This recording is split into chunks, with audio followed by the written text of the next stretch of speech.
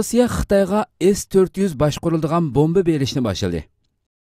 Türkiye Ovoz Radiosu'nun xabarida bildirilishicha, Rossiya 2014-yil tuzilgan kelishimiga binoan Xitoyga S-400 boshqariladigan bomba mudofaa sistemasi berishni boshladi.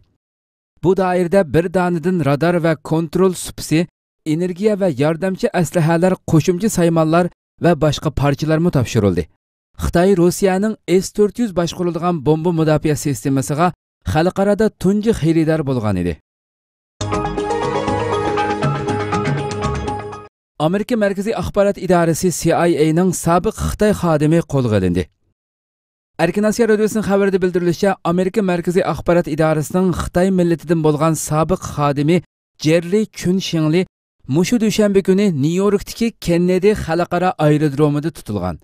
U seshanba kuni Xitoy tarafining Amerika istixborot to'rini cho'ktirishiga hamkorlashish gumoni bilan rasmiy qo'lga olingan. Adliya organlarining oshkorlashicha 1994-yildan 2007-yilgacha Amerika istixborotida xizmat qilgan, 2007-yili Hong Kongga ko'chib ketgan Jerry Chun 2012-yili Amerikaga kelganda yanada Amerika maxfiyatligiga oid bir xotira daftar tepilg'achqa bir qatim tutqun qilinib tekshirilgan ekan. Ma'lum bo'lishicha, Amerika istixborotining Xitoydagi bir turkum maxfiy xodimlari 2010-yillarga kelganda ushtumtut g'oyib bo'lib ketgan. Bu ahvol Amerikaning Markaziy axborot idorasi bilan Federal tekshirish idorasi orasida mas'uliyatni bir-biriga ittirish shaklidagi surkilishga sabab bo'lgan. Shundaqla Amerikaning Xitoydagi istixborot ishlarida zo'r chekinishiga sabab bo'lgan.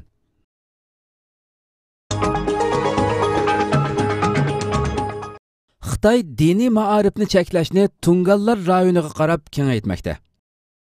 Reuters agentligining bugungi xabarida Gansu o'lkasining Linsha nahiyasi Tungan o'smirlarning qishliq ta'til mezgilida diniy ta'lim olish va diniy faoliyatlarga qatnashishni to'sish haqida maxsus hujjat chiqargan. Hujjat nahiyalik ma'arif idorasining to'r betida e'lon qilindi. Xabarda bu hujjatning Xitoy doiralarining diniy ma'arifni cheklash siyosatini Tungallar rayonlariga qarab kengaytayotganligining bir ifodasi deb tushuntirildi. Xabarda yana Xitoydagi diniy cheklamalarning Uyg'urlardan boshqa musulmonlar orasida odatda umumyuzlik yoki qattiq yo'l qo'yilmay kelganligi eskartildi.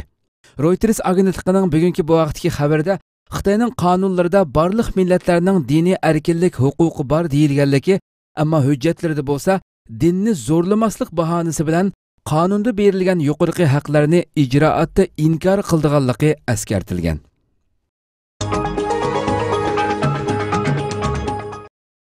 Qozog'istonda fojialik qatnash voqeasi yuz berdi.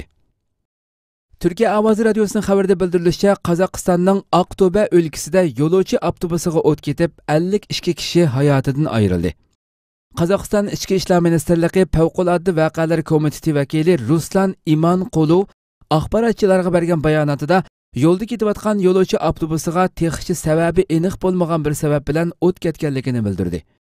Ruslan Imanqulov avtobusda 52 yo'lovchi va 2 shofir bor edi. 5 yo'lovchi yordar holatda qutqizildi. Qolgan yo'lovchilar hayotidan ayrildi dedi. Qazin Forum xabar agentligi voqea yuz bergan joyga nurg'un sonda o't o'chirish va sahiya xodimlarining yo'llanganligini, yo'lovchilarning hammasining O'zbekiston fuqarosi ekanligini e'lon qildi.